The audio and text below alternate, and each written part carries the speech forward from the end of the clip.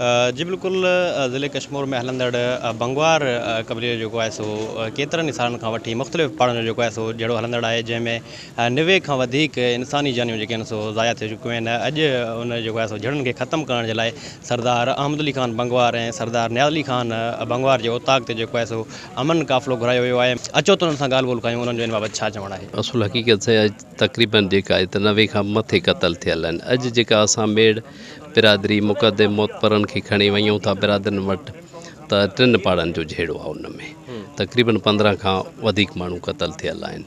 इंशाअल्लाह हर हिकु वटां तक़रीबन उन सां गॾु 39 पहाड़नि जो जहिड़ो आहे। हर हिकु वटां वेंदासीं हिकु दफ़ो मोटाईंदा, 2 दफ़ा मोटाईंदा, 4 दफ़ा, आख़िर उहो थकी कोन मोटाईंदा आहिनि, पंहिंजे अख़्तियार ॾींदा बिरादरी मोतबर मुअज़्ज़िन खे।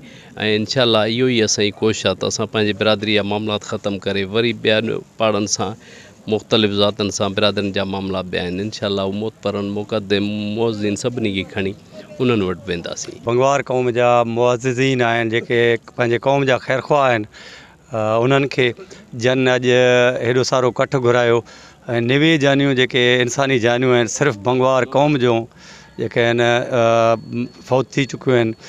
जिन जे बचनि जो जिन जो ईअं सम्झ 90 ख़ानदान बर्बादु थी विया। असां सरदार खे ऐं हिन सॼे पिंडाल में जेके बि मुअज़्ज़िन मोतबर वेठा आहिनि उहे सरदार अहमद अली ख़ान ऐं नियाज़ अली ख़ान जे हुकुम खे लबैक करे इंशाअल्लाह सभिनि धुरिनि ॾे मेड़ मिंत काफ़िले जे सूरत में वेंदा। इंशाअल्लाह जेके मामला मसइला आहिनि असां बि उमेदु रखूं था त बिरादरी पंहिंजे सरदार खे मोट ॾेई इन झगड़नि खे छॾे करे कलम मथ में खणी ऐं पंहिंजे ॿारनि खे तालीम ॾियाराईंदा।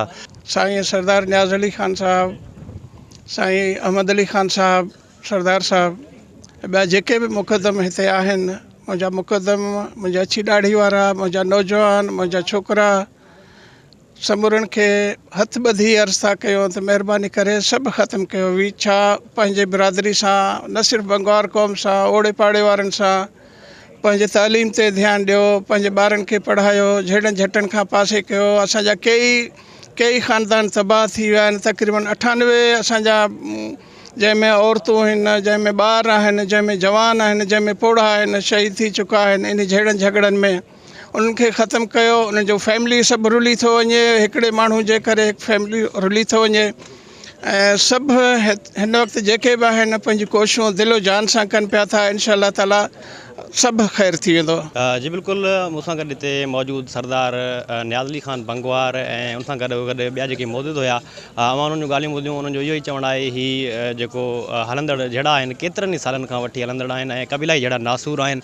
इन जड़नि खे ख़तमु करण जे लाइ जेको आहे सो असां अमन काफ़िलो घुरायो आहे ऐं असां पुरुमीद आहियूं जेके जड़ींदड़ धुरियूं आहिनि उहे असांखे सुठी मोट ॾींदा ऐं जेके क़बीलाई जहिड़ा आहिनि उहे ख़तमु थींदा।